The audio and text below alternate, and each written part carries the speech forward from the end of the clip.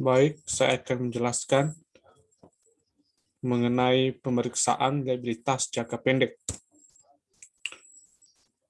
Liabilitas jangka pendek adalah liabilitas atau hutang perusahaan kepada pihak ketiga yang jatuh tempo atau harus dilunasi dalam jangka waktu kurang atau sama dengan 1 tahun.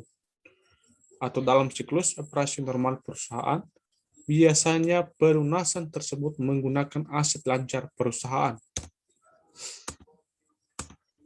Hutang jangka pendek. Hutang usaha, pinjaman dari bank, bagian dari kredit, jangka panjang yang jatuh tempo dalam waktu kurang atau sama dengan 1 tahun. Hutang pajak, hutang yang masih harus dibayar. Voucher payable, hutang dividen, pendapatan yang diterima di muka.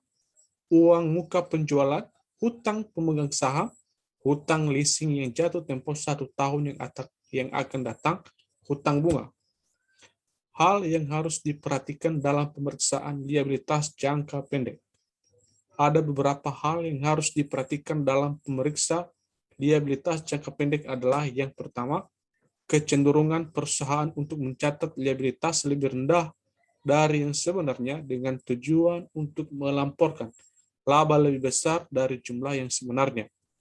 Misalnya, dengan tidak mencatat sebagai biaya dan pembelian barang dagangan atau bahan baku yang belum dibayar.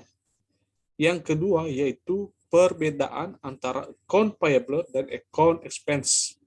Account payable angka yang lebih pasti karena perusahaan mencatat kewajibannya berdasarkan invoice yang diterima dari supplier.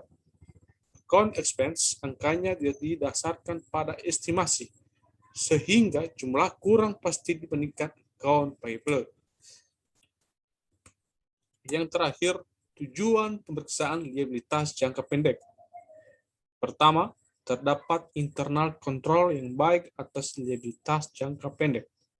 Yang kedua, liabilitas jangka pendek yang tercantum di laporan posisi keuangan atau neraca, didukung oleh bukti-bukti yang lengkap dan berasal dari transaksi.